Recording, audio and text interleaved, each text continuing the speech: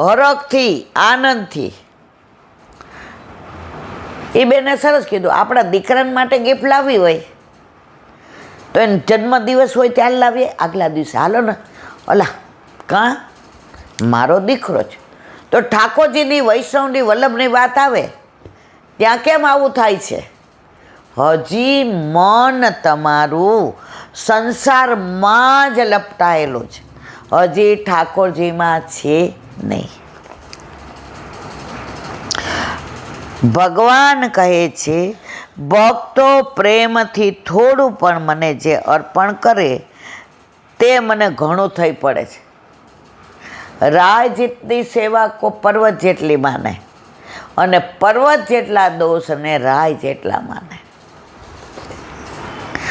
અભક્ત હોય અને મને ઘણું અર્પણ કરે તો એનાથી મને સંતોષ થતો નથી. જો હારી રહી અભક્ત એટલે અત્યારે મંદિરોમાં નહીં, અવૈષ્ણવ હોય બધું પધરાવે.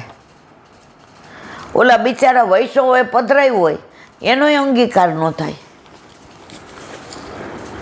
અમે લગભગ 40 વર્ષ પહેલાંની વાત છે,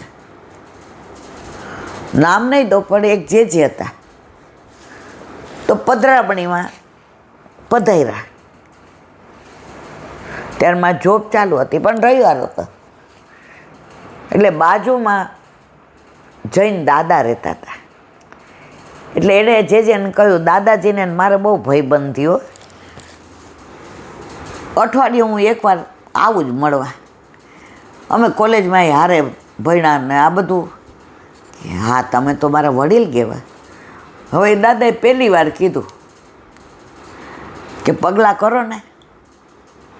મારો ભાઈબંધ તો વયા ગયા લીલામાં, આપ હવે દ્વિધા થઈ. આટલા મોટા 90 વર્ષના વિનંતી કરે જે કે હાલો ઈલાબેન, હાલો મારા વાલા. ત્યાં ગયા તો જેટલા વૈષ્ણવ 5-10 બાકી હતા ને એણે બહાર પૂછ્યું, હાય હાય જે વિજય થઈ ગઈ કે ના બાજુમાં ગયા છે. એ કહો અમારે ચરણ સ્પર્શ બાકી છે. કે કરી આવો, જાઓ કરી આવો. એ આવ્યા એટલે ચરણ સ્પર્શ કર્યા. બધાએ પોતાના પ્રમાણે ભેટ મૂકી. હવે ઓલા દાદાએ 100 રૂપિયા ભેટ મૂકી. કોને? જે જૈન દાદા હતા, બહુ ભાવવાળા. એટલે જે મને કાનમાં કહ્યું ધીમેકથી, આ ભેટ જુદી રાખજો. કઈ? આ વૈષ્ણવની 5-6ની અને આ દાદાની. ઓલે ત્યાં તો જે 200-500 વૈષ્ણવોની એ તો હું ગાડીમાં ડ્રાઈવરને દઈને આવી હતી. પછી બહાર નીકળ્યા એટલે મેં તો આ કોને આપું? મને કે તમે આવીને ગૌશાળામાં પધરાવી જાય. હવે આટલા બધામાં આપણે વાયવોટ તો કરાય નહીં. બીજે દિવસે મારે તો ઓફિસ ચાલુ એટલે સાંજે ગઈ 6 વાગે છૂટીને કાઇનેટિક લઈને. એક વૈષ્ણવને મેં કીધું, મને કે હાલો જે મને કાંઈ સમજાણું નહીં. આટલા બધાની ના મેં કીધું કેમ ગાઈડ? મને કે ઈલાબેન આપણે વૈષ્ણવના દ્રવ્યનું ભેટ લેવાય ને. આ જૈન દાદા બહુ ભાવવાળા હતા, પ્રેમાળ હતા, વડીલ હતા, પણ એની ભેટ તો અમારા ઠાકોરજીમાં અંગીકાર ના થાય ને એટલે ગાયમાં. તો મેં કીધું પણ ઓલા 5 એ કે એને અડી ગયા હતા ને. જુઓ તમે, મને તો ત્યારે બહુ સમજણ નહોતી વળી, 40 વર્ષ પહેલાંની વાત. મેં કીધું આ જેમ કેમ આપણે ગુરુદેવ કેમ કરવાનું. પણ ધીમે ધીમે સમજણ પડી. અહીંયા હરિરાયજીએ કીધું ને, અભક્ત ધરાવે તો હું જરાય રાજી થતો નથી. અને બાળકો પોતાના ઠાકોરજીની તપેલી પોતાની ચરણ ભેટમાંથી જ કરે છે. પછી હું ગાયમાં પધરાઈ આવી. તો જે સિદ્ધાંતોમાં માને છે તો હજી એ જ કરે છે. અભક્ત હોય અને મને ઘણું અર્પણ કરે તો એનાથી મને સંતોષ થતો નથી. એટલે કે ભક્તિ વિના જે મને ઘણું બધું અર્પણ કરાય છે તે મને સંતોષ આપવા પૂરતો નથી, જે મારા નથી. લોકમાં જે બહુ ઈષ્ટ હોય, લોકો જેને બહુ ઈચ્છતા હોય અને પોતે ઘણા સમયથી ચિત્તમાં વિચારી રાખેલી હોય તે વસ્તુને ભક્તિથી સમર્પી, એ વસ્તુ સર્વથા સેવા સંબંધી જ હોવી જોઈએ, બીજી નહીં. એનું ખાસ ધ્યાન રાખવું. ગમે એટલી મોંઘી વસ્તુ હોય અને કોઈએ આપણને ગિફ્ટ આપી હોય અને ઠાકોરજી લાયક હોય, આપણે એ દેવ પધરાવાય ધરાવાય નહીં. એક વૈષ્ણવે આટલી કટોરી દૂધની લાણી કરી હતી. ભાગવત સપ્તાહ કરી, એમના વર પહોંચી ગયા હતા અને બધાને મને કે ના હું નહીં લઉં, મારા ઠાકોરજીને જે અમારી જૂની કટોરી છે ને એમાં જ દૂધ આરોગવું ગમે. એટલે બહુ સ્માર્ટ હતા. મને કે વરસમાં એકાદી વાર તારો જન્મદિવસ હોય ને ત્યારે ધરજે કે મારી બેનપણીએ ગિફ્ટ આપી. મેં ના, મને મારો ભાઈ કે મારો બાપ આપે ને, મારો દીકરો મોટો, હું ન ધરું. મારા ઠાકોરજીને મારા દ્રવ્યનો જ અંગીકાર કરાવો. એનું ખોટું લાગ્યું.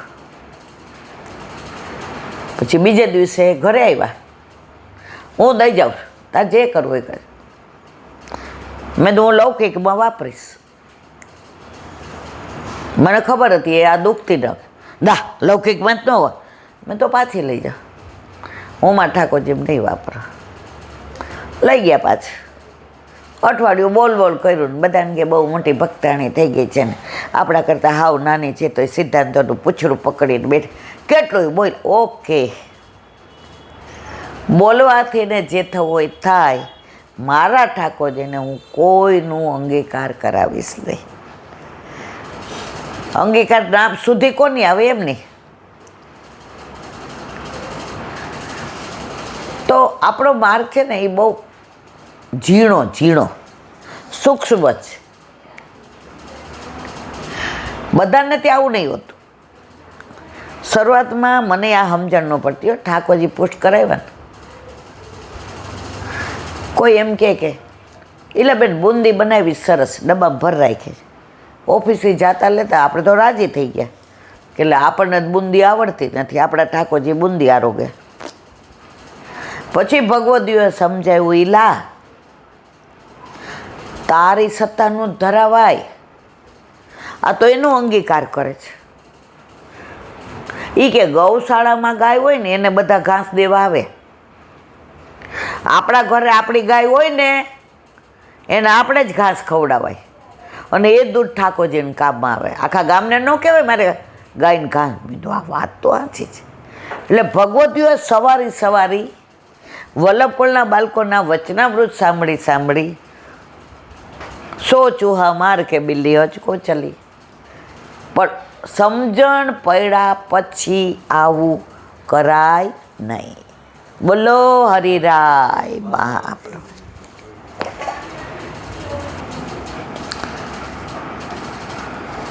દયારામબાઈનું ભક્તિ પોષણ ચંદ્રાવલા. હજી આપણે મંગલાચરણમાં છે. અષ્ટસખાઓની વાતો ચાલે છે.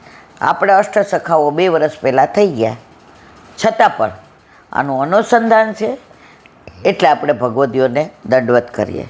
ગોવિંદદાસ છે. ગોવિંદ સ્વામીનો જન્મ સંવત 1562માં ભરતપુર રાજ્યના આંતરિક ગામમાં થયો હતો. ગૃહસ્થાશ્રમમાં એક પુત્રી હતી. પત્નીના મૃત્યુ પછી તેઓ સ્વામી થઈને સેવક કરતા હતા. પરંતુ સંવત 1592માં તેઓ શ્રી ગુસાઈજીના શરણે આવ્યા. ત્યારે ઉંમર 30 વર્ષની હતી. આ સનાઢ્ય બ્રાહ્મણ સ્વામી મટી સેવક બનીને 50 વર્ષે તેમણે શ્રીજીની સેવામાં વ્યતીત કર્યા બાદ 1642માં લીલામાં પધાર્યા. મૂળ લીલામાં ભાભા સખી હતા. કૃષ્ણ અવતારમાં શ્રીદામા સખા હતા. તેઓ સંગીત કળામાં બહુ જ અગ્રેસર હતા. તાનસેન પણ તેનાથી હાર પામ્યો હતો. ગ્વાલના દર્શનમાં શ્રીજીની સન્મુખમાં કીર્તન કરતા હતા. ખાસ કરીને હિંડોરાના કીર્તનોનું તેમણે બહુ સુંદર ગાન કર્યું છે. એટલે જ્યારે હિંડોરા ચાલુ થાય ને ત્યારે સવારે પહેલા દિવસે 4 ગોવિંદ સ્વામીના આવે અને વિજય થાય ત્યારે પણ 4 ગોવિંદ સ્વામીના આવે. પ્રથમ હિંડોરા રોપણ વખતે ગોવિંદદાસજીના જ કીર્તનો મંદિરોમાં આજે પણ બોલાય, જે મલ્હાર રાગમાં, તેમજ હિંડોરા વિજયના દિવસે પણ ગોવિંદ સ્વામીના જ કીર્તનો ગવાય છે. કીર્તનો તો અનેક બનાવ્યા ગાયા, તેમાં હિંડોળા લીલામાં વિશેષ વિખ્યાત છે. તેમની આસક્તિ શ્રી દ્વારકાનાથજીના સ્વરૂપમાંથી. વ્રજમાં નિવાસસ્થાન કદમખંડી આજે પણ ગોવિંદ સ્વામીની કદમખંડી કહેવાય છે. શ્રીજીને ટીપારાના શૃંગારમાં તેમનો અધિક ભાવ છે. જો હિંડોળામાં ટીપારાનો શૃંગાર વિશેષ ધરાય છે. તેમનો ગોલોકવાસ 1642 ફાગણવદી સાતમમાં થયો. તે વખતે તેઓ શ્રીનાથજીની સન્મુખ કીર્તન કરતા હતા. શ્રીનાથજી ખૂબ જ પ્રસન્નતામાં બિરજાતા હતા. કીર્તન ગાતા ગાતા અચાનક તેમના હૃદયમાં ચટપટી ઉપડી. તેને જાણવામાં આવ્યું શ્રી ગુસાઈજી મારી રાહ જોઈ રહ્યા છે, અને તે પણ પૂજની શિલા પાસે. તુરત ધમાર ગાતા ગાતા અધૂરી મૂકીને તેઓ નીચે આવ્યા. ધમાર અધૂરી રહી ગઈ. તે દિવસથી ગોવિંદદાસજીની ધમાર 12:30 કહેવાય છે. આ જોઈ શ્રીજીએ તે ધમારને પૂરી કરી. શ્રીજીએ જાણ્યું કે હવે તેઓ આ દેહથી ઉપર આવી કીર્તન કરશે જ નહીં. તેઓ પોતે જ પૂર્ણ કરી. આ બાજુ પૂજની શિલા પાસે વિઠ્ઠલેશજીની રાહ જોઈને ઊભેલા જોયા. તુરત જ પાસમાં આવી દંડવત પ્રણામ કર્યા. તે જ વખતે ગુસાઈજી તેમનો હાથ પકડી ગુફામાં પધાર્યા. આમ શ્રી ગુસાઈજીની સાથે જ તેઓ સદેહે લીલામાં પ્રાપ્ત થયા. સંવત 1642 ફાગણવતી 7 હતો. તેમના બનાવેલા કીર્તનો ભવિષ્યમાં ભાવિકજનો માટે પ્રેરણાદાયક બને તેવો વારસો ગોવિંદ સ્વામી મૂકી ગયા છે. બોલો વલ્લભાધીશ.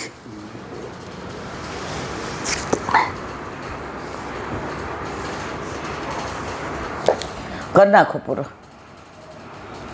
વલ્લભાધીશ. સુબોધિનીજીનું પાન વલ્લભ કરાવે તો થાય, અને સ્પર્શ કરવો આપણા બસની વાત નથી. કુંતીજીની સ્તુતિ, એનું વિવરણ આપણે કરી રહ્યા છીએ. પંકજ નેત્રાય પથ્યા દરેકના પતિ છો એમ બતાવે છે. મહાભારતને કરનાર પુંડરીકાસ ભગવાનથી અન્ય જ વગેરે પુરાણના વાક્યોમાં પુંડરીકાક્ષ પદ વિષ્ણુ માટે રૂઢ છે. તેથી વિષ્ણુને લૌગાસી ગૃહમાં દરેકના અધિપતિ તરીકે વર્ણવ્યા છે. તેમજ અહીં પણ કમલ નેત્ર તરીકે વર્ણવેલા છે.